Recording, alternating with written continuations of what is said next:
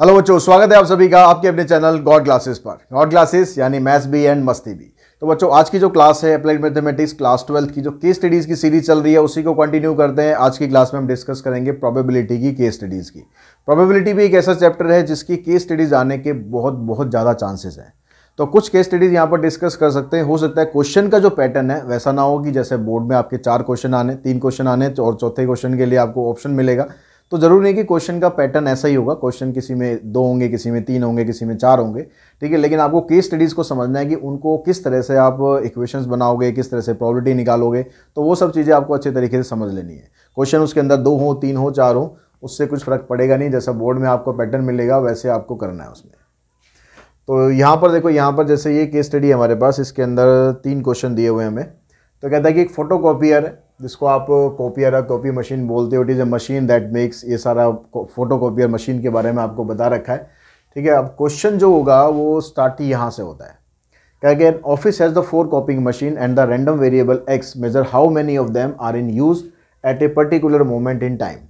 जो एक ऑफिस के अंदर 4 फोटो कॉपी मशीन है और रैंडम वेरिएबल एक्स उसको मेज़र कर रहा है कि भाई कौन सी मशीन अब कितनी बार यूज़ होती है। तो ऐसा एक भी मशीन यूज़ नहीं हो रही है, इसकी प्रॉबिलिटी ये हो गई।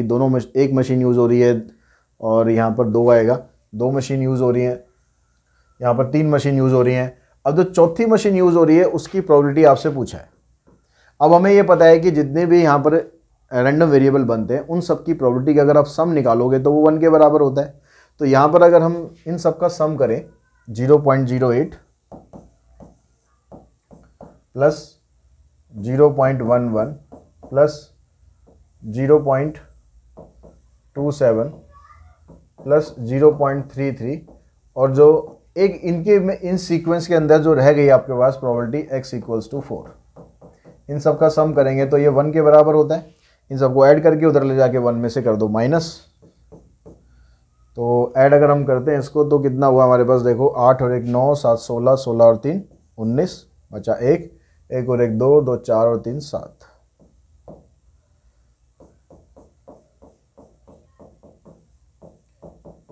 अब इसको इधर ले जाके आप माइनस कर दोगे तो पी एक्स इक्वल्स टू 4 की वैल्यू आ जाएगी, आ जाएगा 0.21। ये हमारा आंसर बनेगा इसका। उसके बाद जो नेक्स्ट है उसमें कहता है कि what is the expected number of copying machine in use at a particular moment in time. जो एक्सपेक्टेड वैल्यू होती है, एक्सपेक्टेड वैल्यू कैसे निकालते हैं हम, एक्स को उसी की प्रोबेबिलिटी से मल्टीप्लाई कर देते हैं। तो x अगर 0 है यहाँ पर तो इसकी प्रोबेबिलिटी ये है, तो 0 को इससे मल्टीप्लाई करोगे तो 0 रहेगा।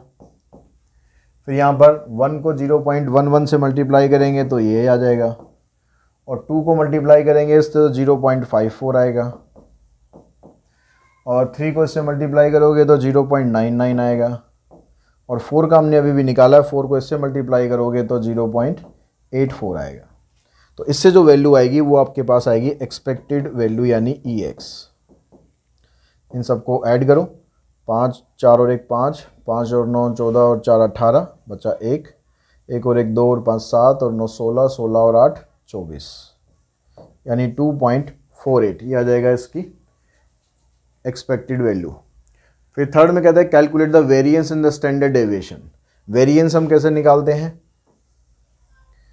वेरिएंस निकालने के लिए आपको पहले EX स्क्वायर चाहिए। EX स्क्वायर मतलब x की वैल्यू का स्क्वायर करना है और उसकी प्रोबेबिलिटी से मल्टीप्लाई करना है। तो इसका तो 0 ही रहेगा और इसका भी 0.11 रहेगा।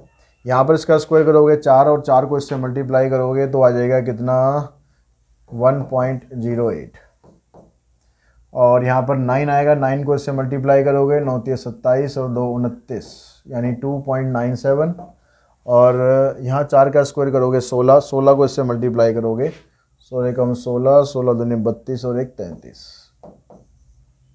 इन सब का टोटल करो, 8 और 1 9, 9 और 7 16 और 6 22, बचा 2, 2 और 1 3, 3 और 9 12, 12 और 3 15। फिर एक बचेगा हमारे पास, 1 और 1 2 और 2 4, 4 और 3 7। तो 7.52 आ रहा है EX स्क्वायर। अब हमें वेरिएंस निकालना है तो वेरिएंस का फार्मूला होता है EX स्क्वायर माइनस EX का होल स्क्वायर। तो EX स्क्वायर तो 7.52 आया है और हमारे पास ये 2.48 आया है। 2.48 का स्क्वायर करना है आपको। तो 2.48 का स्क्वायर करोगे 8 8 64, 8 चौक 32 और 6 38, 8 दूनी 16 और 3 19, फिर 4 से करते हैं 16 3 19, 4 दूनी 8 और 1 9, 2 से करते हैं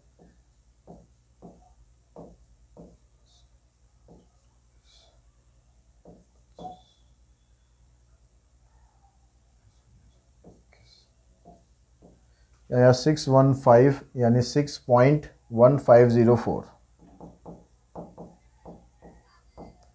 6.15 ही लिख लेते हैं ऐसे राउंड ऑफ करके।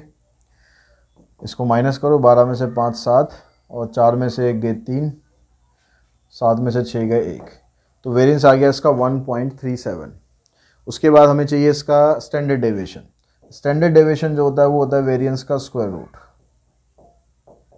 तो 1.37 का स्क्वायर रूट निकालो, तो इसका स्क्वायर रूट निकालते हैं लॉन्ग डिवीजन मेथड से। यहाँ 1 आ गया, माइनस करोगे 0 आ जाएगा, ऊपर से 37 उतार लिया, यहाँ डेसिमल लगाओ, 1 + 1 2, 1 से करो, फिर 2 0, 22 आ जाएगा। इधर आप कर दो, 8 से करेंगे तो ज़्यादा हो जाएगा, 7 से कर दो तो आ जाएगा 1.17। तो ये बनेगा हमारा स्टैंडर्ड डेविएशन।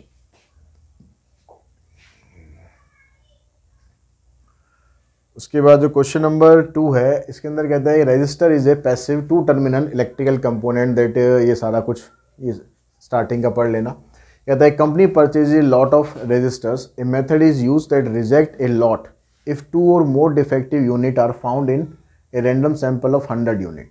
अगर हमारे पास 100 यूनिट आती हैं और उसमें से 2 या 2 से ज़्यादा डिफेक्टिव यूनिट आ जाएंगी तो सैंपल हम रिजेक्ट कर देंगे। तो what is the mean number of defective unit found in a sample of 100 unit if the lot is 1% defective. अब जो लॉट है वो 1% डिफेक्टिव है, यानी P आपको दिया हुआ है यहाँ पर 1%, 1/100 और n की वैल्यू दे रखी है आपको 100। तो यहाँ से अब हमें मीन निकालना है। तो मीन निकालने का जो फार्मूला होता है हमारे पास, म्यू = NP, बाइनोमियल डिस्ट्रीब्यूशन लगा रहे हैं इसके अंदर, ठीक है। अब यहाँ पर n की जगह आ गया आपके पास 100, p की जगह आपके पास ये आ गया, तो ये तो आ गया 1। फिर कहता है व्हाट इज वेरिएंस। वेरिएंस होता है n × p × में q, NPQ। तो NP की वैल्यू तो 1 है ही, Q की वैल्यू आपको यहाँ से निकलेगी, P की वैल्यू अगर 1/100 है तो Q की वैल्यू आ जाएगी 99/100, ठीक है। यहाँ पर Q की वैल्यू आप निकाल के दिखा भी देना।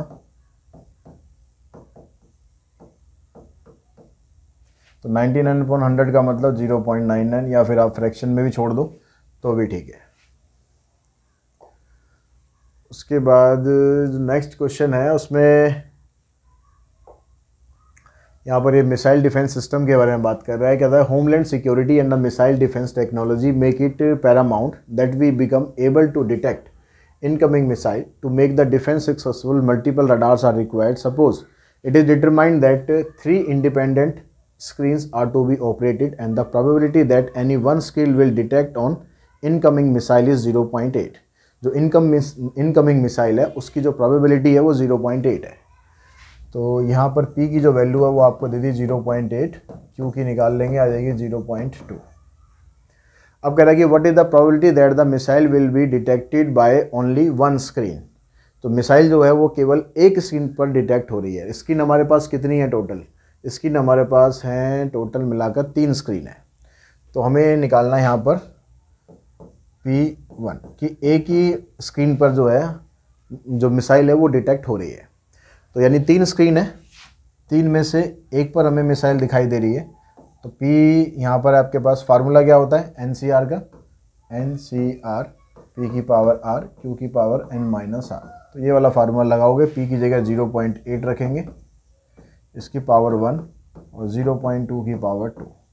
3C1 को सॉल्व करेंगे, 3 आएगा, यहाँ से 0.8, यहाँ से 0.04, मल्टीप्लाई करो, 4 8 32, 32 को इससे मल्टीप्लाई, 3 दूनी 6 और 3 3 9, डेसिमल आ जाएगा इधर, तो 0.096।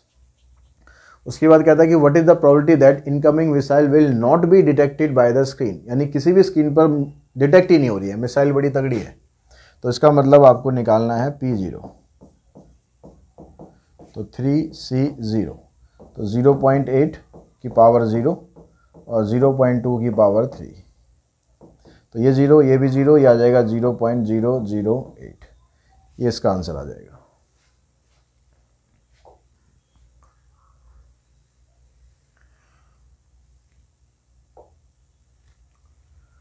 क्वेश्चन नंबर 4 में कहता है कि Dalal street is the financial district front in Mumbai is the address of the Bombay stock exchange. ये सब कहानी इसने बता दी। अब उसके बाद यहाँ पर ये कहता है कि Dalal street analyst estimate that the annual return from the stock of Mega Pharma can be considered to be a observation from a normal distribution with mean equals to 8, standard deviation 1.5. The analyst investment choices are based upon the consideration that may return greater than 5% is satisfactory and a return greater than 10% is excellent.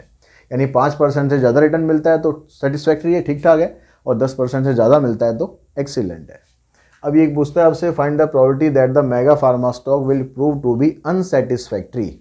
जो mega pharma का जो result है वो unsatisfactory हुआ। तो unsatisfactory होने का मतलब है कि आपको जो यहाँ पर 5% से अगर ज़्यादा होता है तो सेटिस्फैक्ट्री होता है, यानी 5% है या फिर उससे कम है। तो आपको निकालना है Px less than equals to 5। ठीक है, अब आपको अगर ये x की वैल्यू अगर 5 दे रखी है तो पहले यहाँ से आपको z की वैल्यू निकालनी है। तो z की वैल्यू का फार्मूला क्या होता है, x minus mu divided by standard deviation.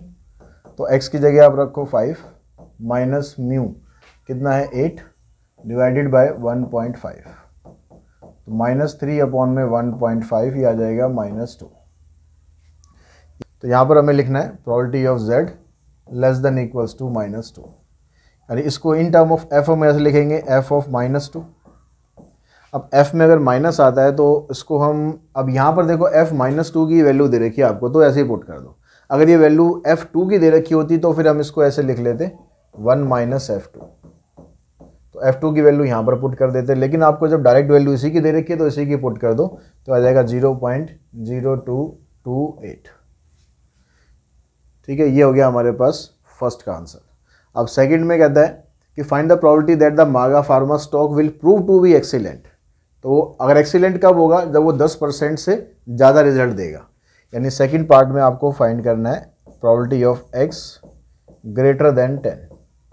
अब x की वैल्यू अगर 10 है तो z की वैल्यू कितनी हो जाएगी, 10 माइनस 8 अपॉन में 1.5। इसका डेसिमल आप हटाओगे, 5 से 15, 5 दूने 10, 4/3 यानी 1.33। तो ये बनेगा probability of z greater than 1.33। अब ये ग्रेटर देन है तो इसको हम लिखेंगे 1 माइनस f 1.33। अब f 1.33 की वैल्यू है हमारे पास 0.9082। माइनस करो, 10 में से 2 8, 9 में से 8 1, 9, 9 में से 9 गए 0, तो 0.0918।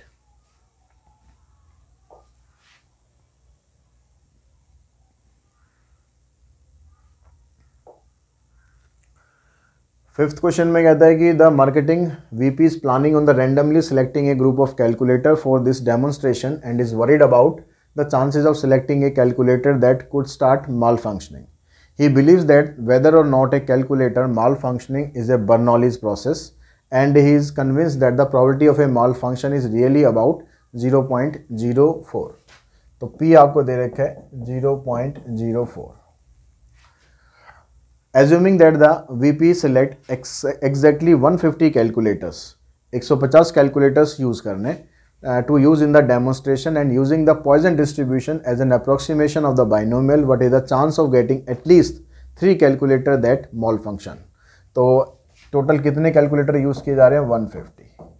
तो लैम्डा आप निकालोगे तो 0.04 को मल्टीप्लाई कर दोगे आप 150 से, तो 15 चौके 60, यानी आ जाएगी आपके पास लैम्डा की वैल्यू 6। अब आपसे पूछा जा रहा है कि what is the chance of getting at least 3 calculator that mall function, कि कम से कम 3 कैलकुलेटर माल फंक्शन कर रहे हैं। तो यानी प्रोबेबिलिटी आपको बतानी है x इज ग्रेटर देन और इक्वल्स टू 3, यानी 3 भी हो सकते हैं, 4, 5, 6, 7, 150 तक है। तो ये सारे निकालने के बजाय हम ये कर सकते हैं कि 1 में से हम पी एक्स इक्वल्स टू 0, 1 और 2 को माइनस कर देते हैं।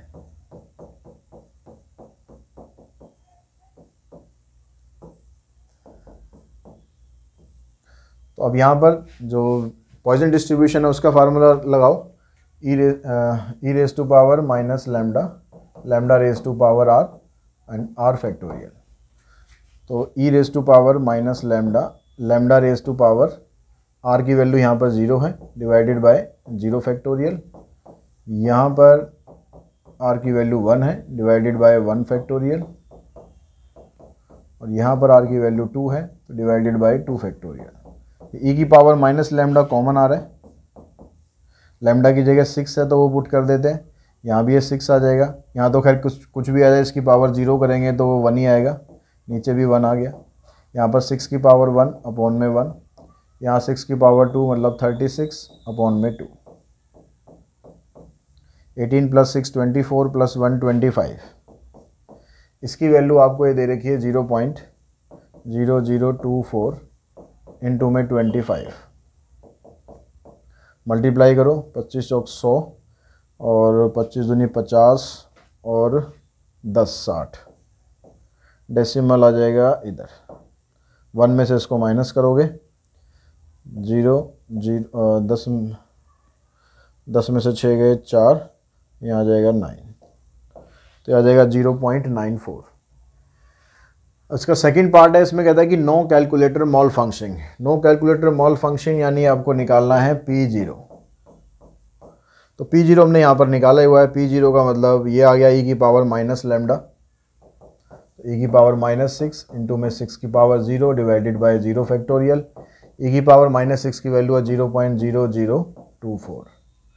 ठीक है, यहाँ पर ये 1 आएगा बाकी सारा।